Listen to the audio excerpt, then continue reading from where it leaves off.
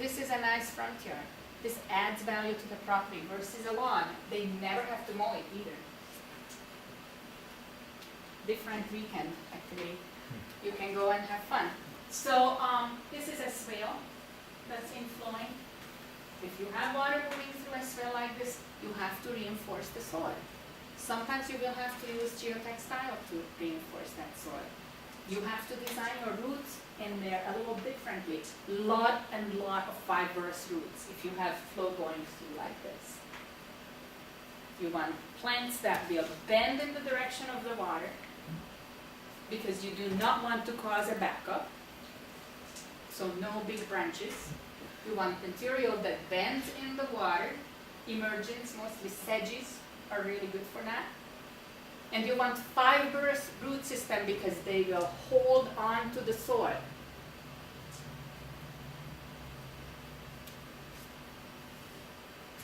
You can have a lot of inflows. You have as many inflows as you want in a rain garden. This is in a parking lot in front of the library in, what is that place called? Dance House by Ian Club. I'll think about it. Common Club at the library. Every single stall in the parking lot has an inflow. Why not? It looks good, creates an interest. Now these are inflows that are a little bit different. This is again back at the Everett Pilot Project. You can see that that inflow actually comes in really low. That inflow is moved through the rain garden, into the soil, and it is stopped. The pipe opens up inside the soil. It's stopped about 2 feet from our vertical underdrain. So the water is moved into the soil and it's close to the vertical underdrain. It's a sunken inflow. It comes in at 4 feet deep. This is not high up. And the overflow is obviously at a higher elevation. However, with the vertical underdrain, we are still infiltrating that water, settling sediment out of it. We also have a higher inflow in that same rain garden for surface run from the lawns. This is at the community college. You can see we have a parking lot. Elevation doesn't show on the picture very well. It's really hard to take pictures of slopes that show very well. Parking lot used to be flooded every time it rained. No longer happens. The rain garden is very small compared to the whole entire parking lot size. Works great. Planting. Do you have questions? Because we're going to get into plants that will probably sound alien for some of you for a while. You want to take a break or any questions that you have until then? Move on? Okay. Yeah, I would like to note we have about half an hour for this room. Okay. Yeah. But then we're going into the Then we're workshop going part. into Yeah, the so we're workshop. going to continue. Okay, so plants. The rain garden as a term is not regulated in the state, in the US actually. So it's important that you always double check when you are communicating with others from outside Washington state or you're reading reference material that when they're talking about zones in a rain garden, they mean the same thing as you are thinking of. In the state of Washington, we are numbering them from the bottom up. We have 3 zones in a rain garden. Zone 1 is the bottom, zone 2 is the slopes, and zone 3 is the top. But in other states, sometimes it's the other way around. And in some other places, it's letters, not numbers. And it creates a lot of confusion. So make sure that you speak that same language on both ends. So zone 1 is the bottom of the rain garden where ponding happens. It's in fact the bottom of your ponding.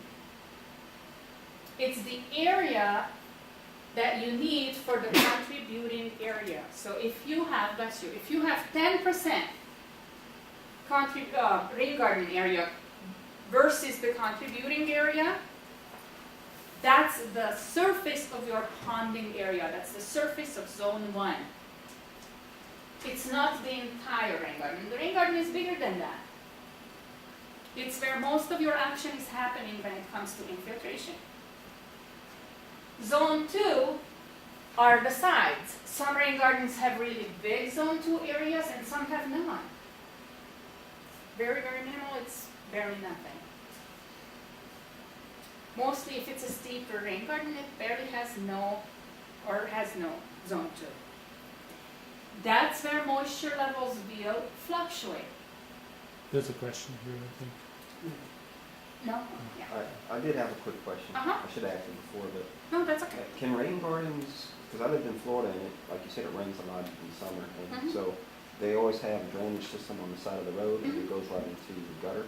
Mm-hmm. So can rain gardens replace those Yes. systems completely? Yes, and in Florida they started doing that. Okay. Yes.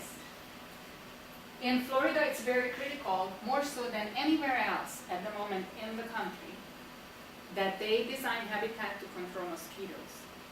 And the University in Miami has a very strong entomology department that's actually working on creating habitats for mosquito predators with rain gardens relating. They have some studies on that. So, back to zone 2, that's where water fluctuates.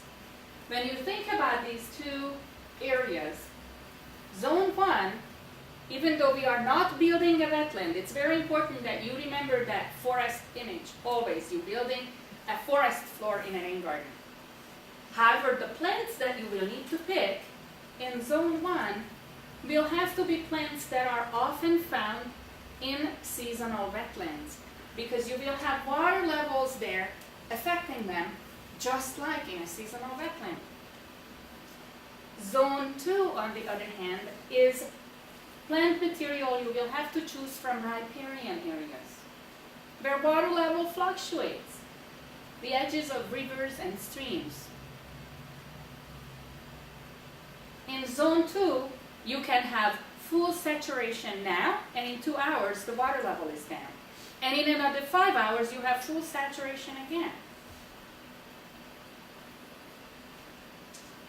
So that's your most dynamic space in a rain garden. It's zone 2 when it comes to soils and vegetation. Zone 3 is the top area of a rain garden. It's really an edging, right? It's never going to get wet. You should never have water there because you shouldn't have a flooded rain garden. You should always have an overflow that works up. And then a backup overflow, and then a backup of the backup overflow. So zone 3 shouldn't ever get flooded. But that's where it meets the rest of the landscape. And this is again where you need the horticulturist or a landscape designer or both. Because when you're building a stormwater facility, people are going to expect a rain garden. They will expect something that looks good, that melds with whatever they have going on. So you need to sort of play a little bit landscaping in zone 3. We talked about this, but I will repeat it.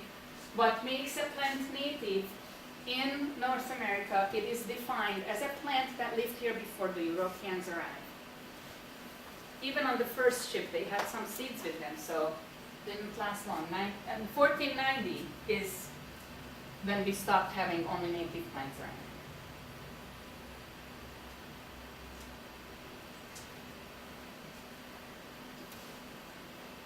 Relating the zones to plants is very critical. A plant may be very happy on the edges of a wetland, but it's not ready to deal with a flood that's more inside a wetland. On the other hand, these rain gardens will dry out. So a plant that requires flooded conditions most of the time will not live in a rain garden and be happy. It will die out. What affects water What water effects to the plant are several things. First of all, when you have saturated soil conditions, that plant has no oxygen around its roots. And plants breathe with their roots. The lung for plants are the roots.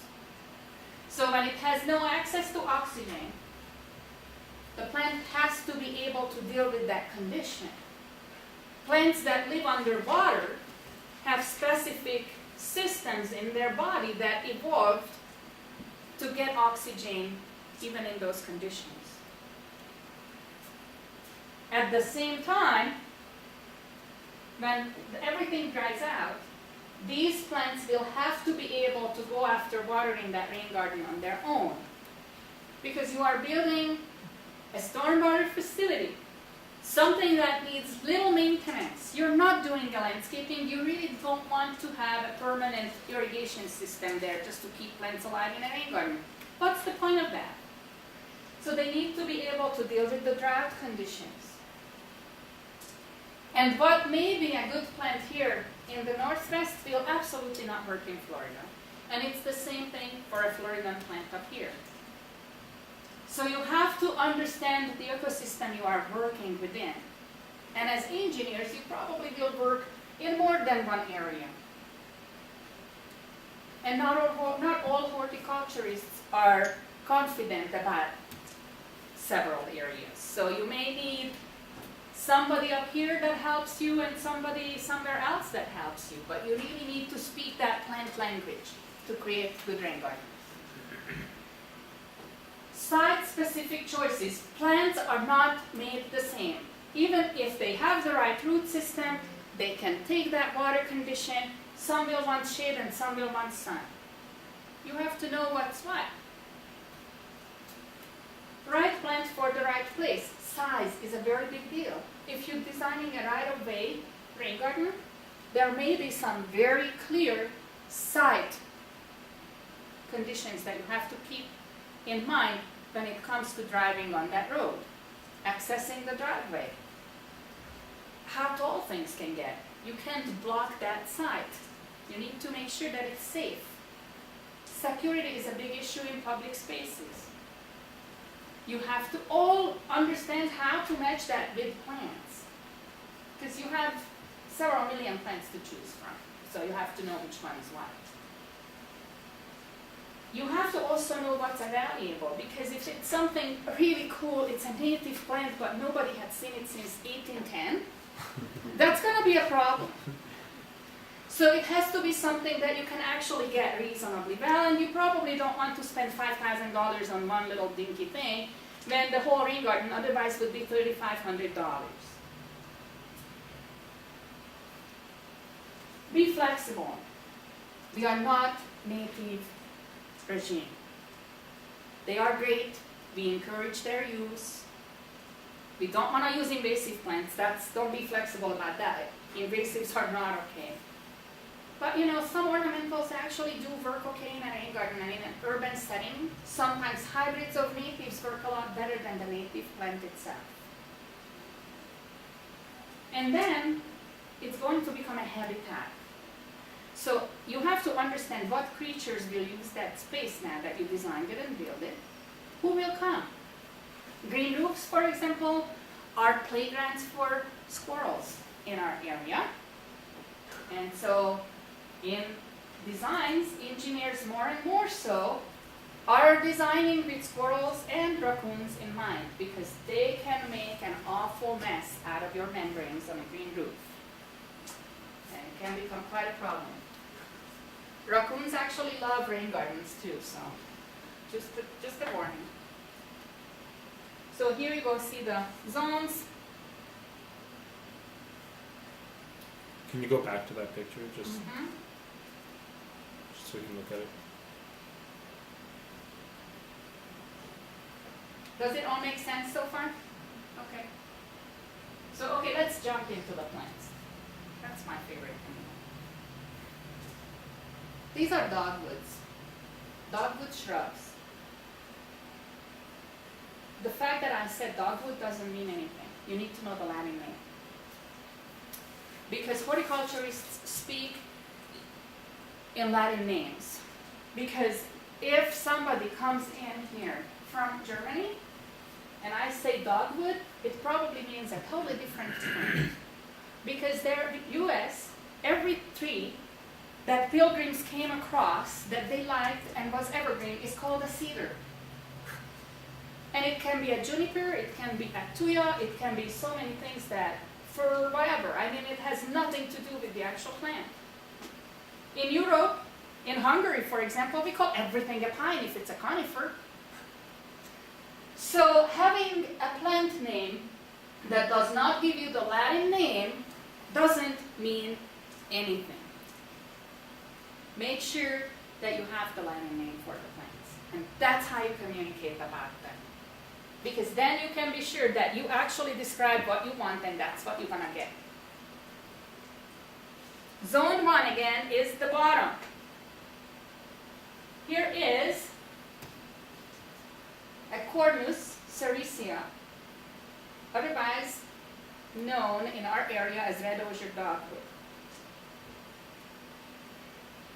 Why do I have a wood duck picture there? Is because in natural environments, it's habitat often to wood ducks, who love to build their nests in the tall canopy of dogwood, and then when babies are ready, they just kick them out of the nest and there they swim. If you have a large bioretention system, by the way, and you have a lot of dogwood in it, and the bioretention system is a slowly draining system, you may sometimes have wood duck visitors. Beautiful things. Would you necessarily want them in a rain garden? I don't know. Something to think about. But these plants have awesome bark color. This is in the winter. So yeah, again, we are designing a stormwater facility, not landscape, but it will look like a landscape. So we have to handle the aesthetics like a landscape. It has to give you something all year round. A big empty bowl is not going to cut it for several reasons. If you actually have a lot of precipitation during winter months and it has no foliage and no stems in it, it's not going to function like a rain garden. On the other hand, also, it has to look good. People have to want it, right? It needs to add value. Look at yellow, red, orange. It's actually the red twig dogwood, the yellow twig dogwood. These are all cornices. And the midwinter fire, beautiful setup. Birch trees in the background give you a white bark. No leaves on this, and it's still very colorful. This is a Cornus sericea calcii, the calcii dogwood. If you want to know my personal opinion, I don't really like to use this plant in a rain garden because it's so tiny. It's really never taller than 12, if it's on steroids, maybe 18 inches. That's about its max size. Anything else that you're going to put into that rain garden will hide it. In the winter, when it's supposed to show some bark, it has little twigs, and because it's under 6 inches of water most of the time when it rains, it doesn't show anything. But you will find it in rain gardens, and it's a good plant for that purpose. I just prefer not to use it. Our Pacific 9 bark is the Physocarpus capitatus. This plant here is about 18 feet tall. This is a native plant. Our birds rely on this plant, actually. And we lost this particular plant with our woods, especially in the western Puget Sound area, because it was removed when the forests were removed. So we have a lot of habitat value that was lost. But thank God we have a lot of hybrids. A lot of nurseries went into business to just create hybrids of 9 bark. You have a question? Yeah, for colder climates like over here, do these still work? Yes. And if it doesn't, I will mention that, because you are about 2 zones down from Puget Sound. Pacific 9 bark has a lot of hybrids. Some are from the capitatus, some are from the East Coast version, the opulus. You can see them here. This is Diablo, that's summer wine. This is Copertina, that's Century Glow, and this is Gold Nugget. These will all stay fairly small, anywhere from 3 to 6 foot tall and wide. And here is another thing, they're colored. This is during summertime. 9 bark has bark that's orange and it's peely. Very good in the winter, very effective ornamental plant. Another good point about the hybrids is that the same birds that rely on the native 9 bark will recognize these hybrids as habitat. And same for insects. The insects that used the flowers of the regular Pacific 9 bark will find this plant and use it. So it's really good replacing habitat. Black twinberry, a native plant. Alonicera involucrata. Look at the flowers there. Hummingbirds love that, by the way. This is what the fruit looks like. It's beautiful, just like a little jewelry. It really does look like it. It is edible. However, in a rain garden, you want to always think about your water source. Because if you actually capturing water off a street or a parking lot, you may not want to munch on the stuff that grows in it. But if you use this as a restoration plant material, foragers can eat it. It tastes a little bit like toffee, actually.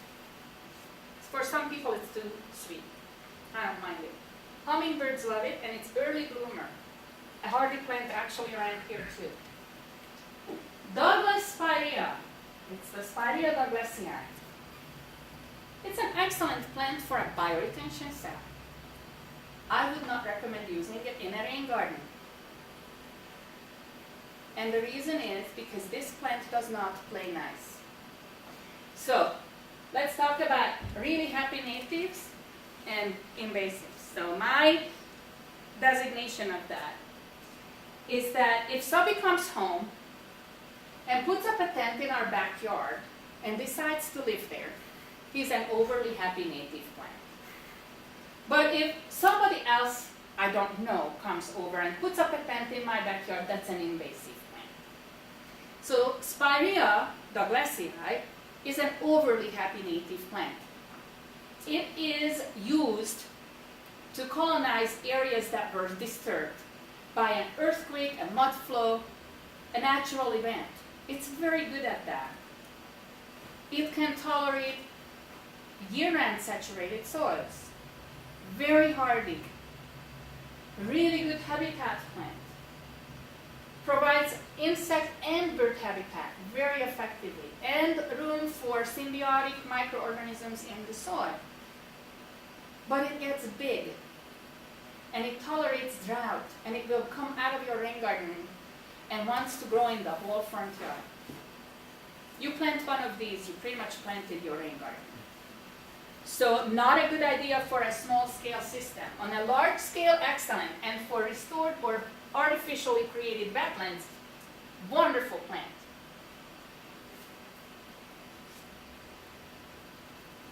Salmonberry, Rubus spectabilis,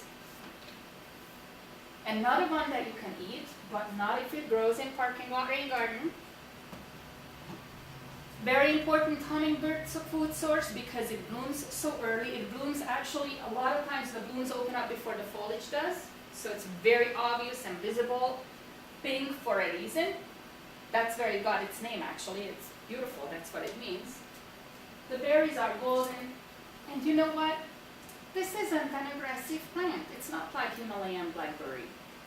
It likes to spread a little bit, but it will leave room for others, unlike a hardtack.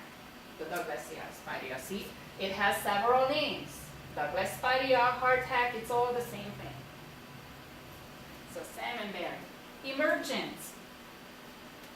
These are juncuses, sedges, caryxes, scorpuses, sedges, rushes.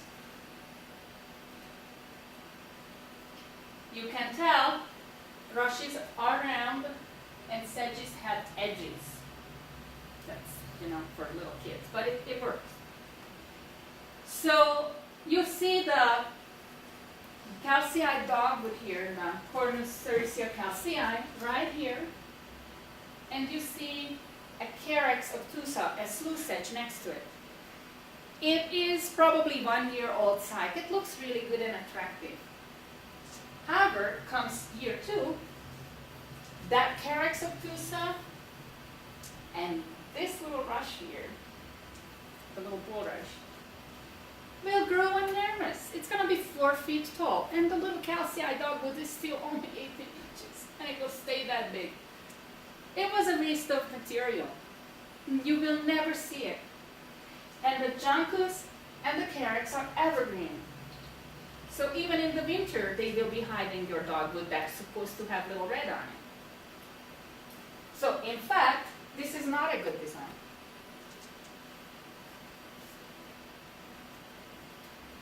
These are carex varieties, hybrids. More and more so, we have a lot of these emergents show up in nurseries to replace lawn grasses with. Because these don't need mowing. They have a set size, it's predictable. They will get 12 inch, 18 inch, 24 inch, 4 feet, whatever. You don't have to mow it because they are evergreen or ever colored. So they don't need extra watering and they will look good all season. You will have a lot of these if you go into a nursery. They are everywhere nowadays and they come in with different colors all the time. Really awesome and they look good together. But the fact that they are carexes or juncuses, it doesn't mean that they will still be good for the bottom of your rain garden because these hybrids have varied tolerance to standing water. Some of them, like this leather leaf, really doesn't want standing water over its crown. It's the buchanine, Carex buchanine. It does not want standing water. So if you put it in the bottom because, oh, here's the carex, you're going to lose it the first rainy season. Some of the others, like these aureas, the gold ones, are actually okay. There is now a new carex that came in from New Zealand. It's the Carex testacea. It's the orange New Zealand carex. Has a nice rusty orange tint to the foliage. That actually takes water incredibly well. It's non-invasive, good for our zones, even at here. Very good drought tolerance, very good flood tolerance. Ever colored, looks great all the time. A very good plant, and it is an ornamental plant.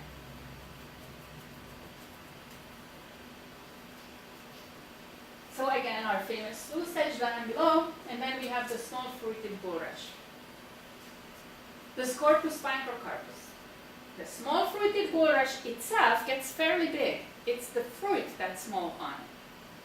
But it's very fun. It has brownish flowers with brownish fruit. One thing that I brought, we're going to leave enough time for you to look through some reference materials and think about the project that you're going to be designing. I brought a book on seed heads because seed heads are such an important part of plants. We were trained over the past few hundred years because of the English, French, and Spanish influence anywhere around the globe, is that things have to be tidy, and spent flowers, meaning seed heads, are no-no. So we are effectively destroying all habitat in these maintained gardens by removing the seed head.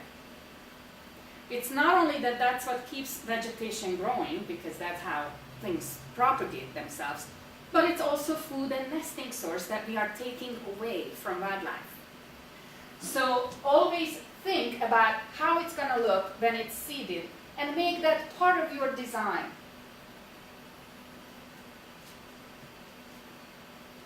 If you haven't loved plants, you're going to become a horticulturist after this affair. Juncus encephalius and Juncus acuminatus, the tipper tip and the dagger leaf rush, they work very well together. They look just a little bit different. So when people look at it, it's like, they look almost like twins, but they are not the same. Have fun. You can actually have patterns with them. Trees. In large bioretention systems, these trees are excellent. If you actually designing large systems, artificial wetlands, and large bioretention facilities, trees are fantastic plants to put in. Birches, river birches are here. These guys down here, the Bachelus nigra has peely bark. They love the wet feet. They can tolerate some flooding conditions. They grow next to rivers. This is where you find them, in riparian areas, in their natural habitat.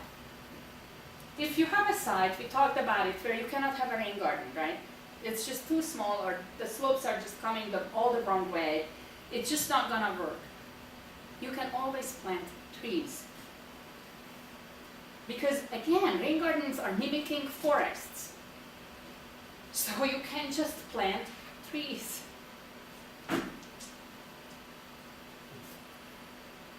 Willows. Some are small, some are really big. Small willows can actually be planted into rain gardens. This pink guy here, the Hakura nishiki, really fabulous willow from Japan, non-invasive, has hot pink new growth. Beautiful plant. And very vivid leaves. Very ornamental. Plants that we had looked at so far will do just about any light exposure. These guys will want dappled light.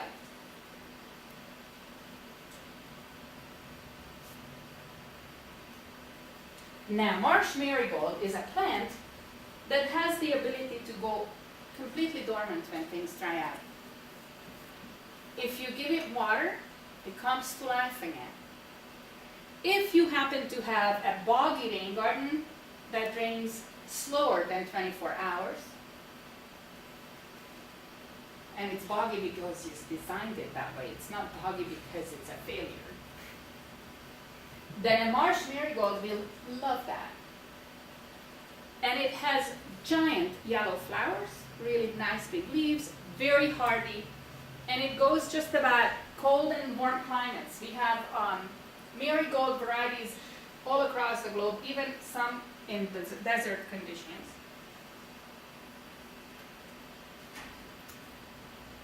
Lupin, I'm sure had seen around here, and they usually grow on slopes because what you have around here is the mountain lupin. But there are riparian lupins that really want that wet feed, and they love to grow along rivers. So for zone 2, where you have riparian systems, perfect plants. And the same with the Colombian larkspur. It's actually from the Columbia River. It's not from Colombia. And I don't know with you, but if anything has a name like trolifolium, that's a friend of mine. So Delphinium trolifolium, you can't forget that Latin name. It's really fun. Cattail, very important plant for Native Americans. Excellent in a large bioretention system. In a rain garden, you won't have anything else but a cattail field if you planted one cattail. It will take over. There are some variegated varieties that will behave. So in a boggy rain garden, if it's a larger boggy rain garden, you can maybe try that, but be careful, because cattails are strong plants. You will have a lot of blackbirds though, because it's a blackbird habitat. Skunk cabbage, it's the same thing as marsh marigold, can dry out and come back when it gets wet. If it's a boggy rain garden, it will stay green all summer, and you won't be sorry because the leaves get really huge. Actually, the flowers, when it flowers, are fragrant. When the flowers are spent, it stinks sometimes for a few hours. That's where the skunk name comes from. But well worth it if it's not at the front door. Probably, chances are, people will never smell it. Another very important food source for the Native Americans, water planting, but I would not usually smell for food source in a parking lot rain garden. It's a fun plant though. Something to keep in mind, however, when it comes to cattail, marsh marigold, skunk cabbage, water planting, they are not evergreen. So if you planted these in your rain garden, in areas where you get most of the rain during winter, you will have no foliage in your rain garden if these are the only things that you have in there. So you definitely want to add some calyxes and some rushes that are evergreen. As far as root systems go, calyxes, juncuses, and scorpuses will have fibrous root systems. Calyxes have the deeper growing root systems. Juncuses will stay a little bit closer to the surface, but they have fibrous roots. This plant here has more of the rhizomes. That's what the Native Americans actually ate. And then we talked a little bit already about the cornus, the dogwood, which has very deep growing roots. And it also has the ability and the willingness to break through hard pan. Cornus is one of those plants that will grow as deep as it can, and if it touches soil that does not want to give, it will push it. Eventually, it will start breaking it down.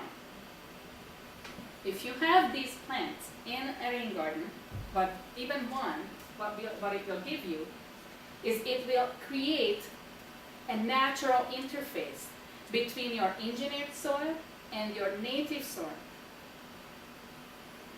And that's very important because that will help you for infiltration. It will help you for function. Having a dogwood in your rain garden can eliminate over time the need for any underdrain, the use of underdrain. You can effectively turn it off. And you actually may never have overflow, but it takes time because the root system has to get down to the bottom of your rain garden first. Over time, these things actually improve in function. And that's another beautiful thing. Most engineered systems need maintenance, and over time, they will wear out. A rain garden, our first rain garden in this country was put in 1990 in Prince George County, and it still works just as well. In fact, it works better than it did in the beginning. What we found so far is that these systems, because they are living systems, improve over time. They don't end up needing a replacement. Marsh violet, it's a beautiful plant, little viola, it's evergreen and it's fragrant. But, it's wonderful for zone 1 and zone 2, but it's small. So in a small rain garden, if you don't use other big plants, it does well. But it's small. And it better have some better drainage, like, the 24 hours or more, or you will never see the foliage. This is from our peat bogs. This is not a good plant here in the eastern side of the mountains, but it's really good in Puget Sound and in Oregon, on the west coast, up and down. It is something that Native Americans made tea of. It's a rhododendron, and it's called Labrador tea. So zone 2, we are in the riparian zone where water fluctuates. It's your sides of the rain garden. Have you all seen a hazelnut before? Those things are big. Same deal here. They don't play very nicely. You put one in, you're done. If you actually want hazelnuts, you will also need to have a cross-pollinator. They make good basket material though. You can coppice them and collect the branches. Thimbleberry, it's another rubus. Very nice plant. If you have little kids, they will think that they just got lost in the forest of giants because these things have big leaves and they get just tall enough to hide a 6-year-old. And the berries are edible if it's not in a parking lot. Really neat plant. can get a little bit aggressive, but not as bad as your Douglas spire. Snowberry, very, very important. Very hardy. There is a reason that this plant will grow all the way to zone 2 and all the way down to zone 11. It's actually a staple for a lot of the bird species around the globe. They don't like it much, but when everything else is gone, this thing still has its berries, and they find it. So it's sort of like a survival food. But excellent for us, end of winter, February and on, that's the only thing they have. And so they are living on that. It has flowers really early, so our overwintering hummingbirds have nectar source really early. It's one of those plants that can be a happy camper, but it's easy to control. And it's also one of those plants that has hybrids that have pink and purple berries, and birds will not recognize those berries as food if they are used to the white berries. East Coast has a narrow area where the coral berry, that's what they call them there, is actually native. That's the only area where those berries are useful. Most other areas have white berries, and your birds will not eat the pink. Looks really pretty though. Columbine.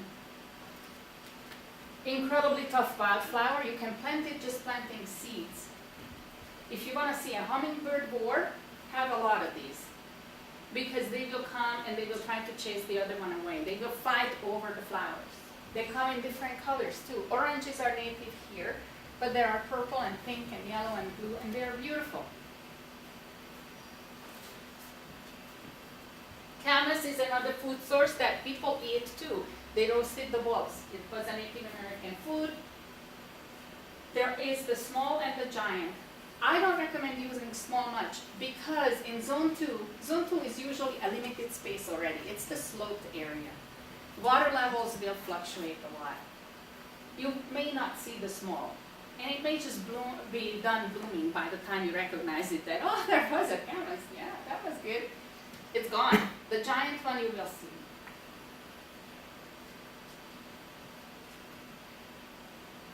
Ferns.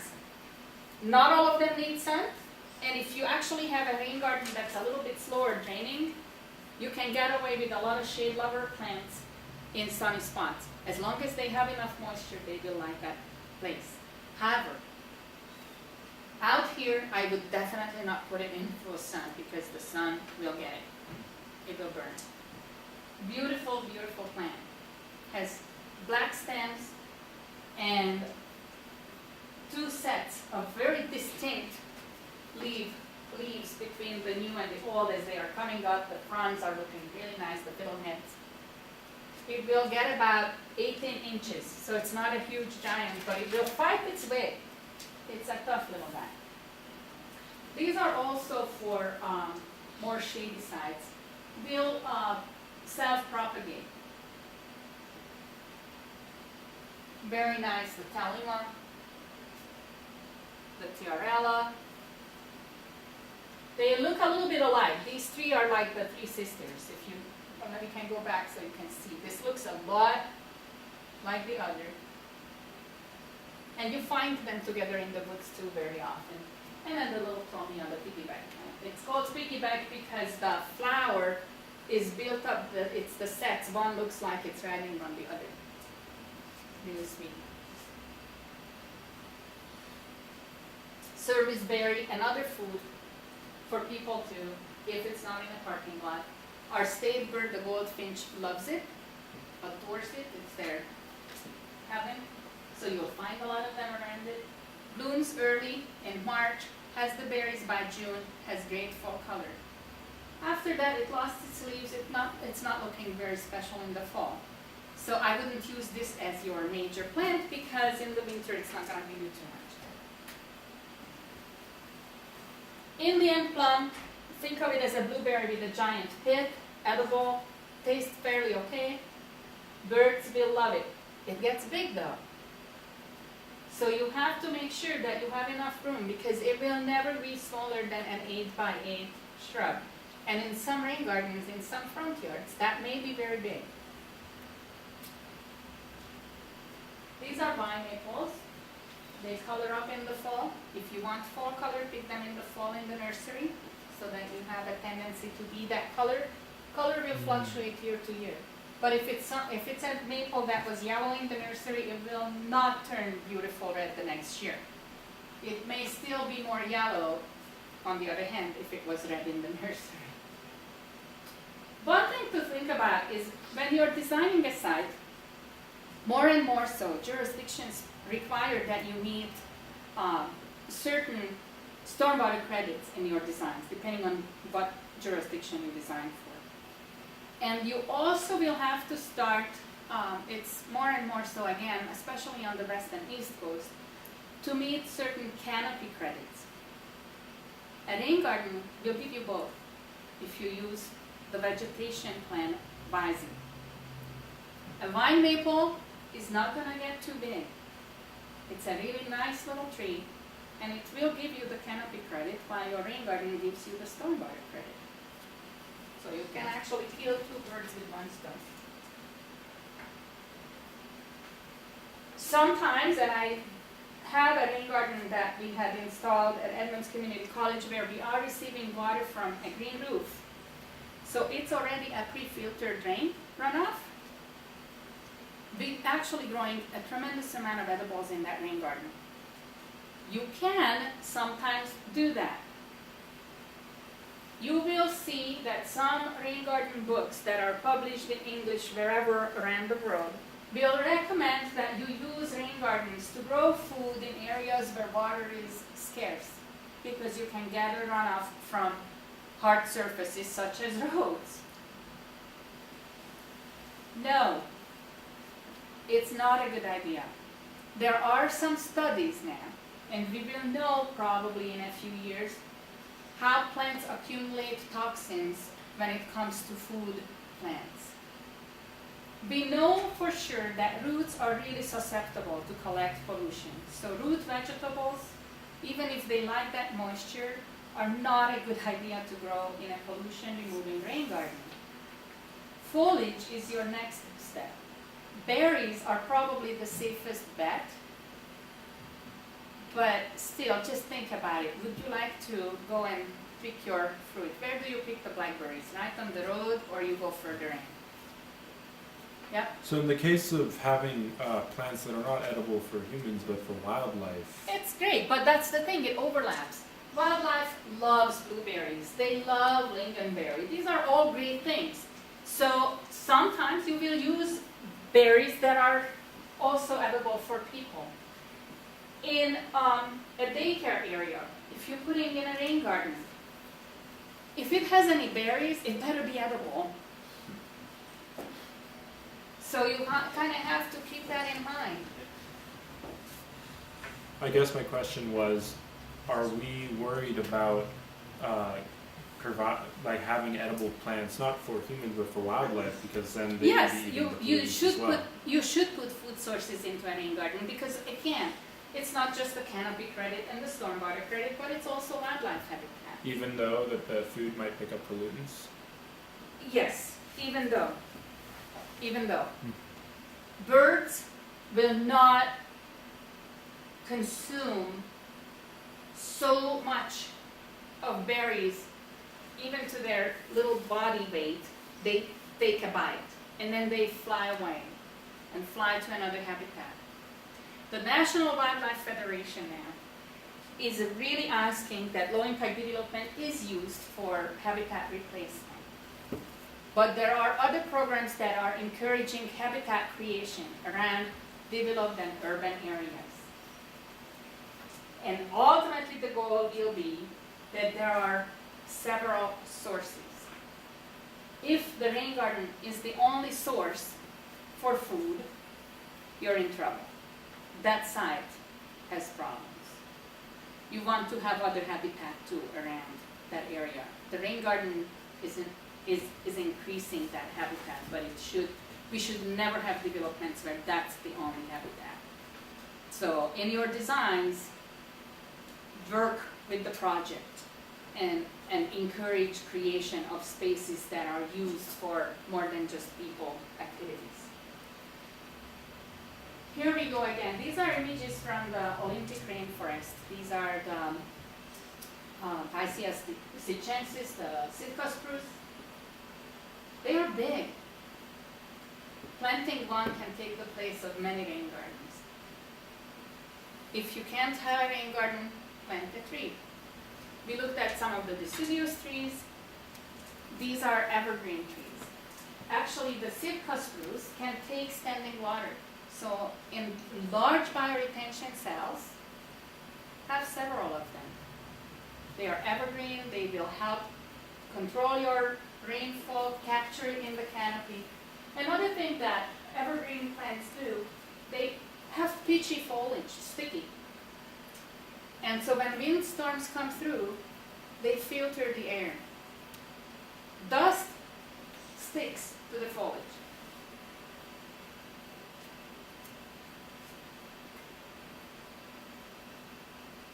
Here we go with the western red cedar and the Alaska cedar. The Alaska cedar is actually a Sanctociperus. It's part of the cypress family.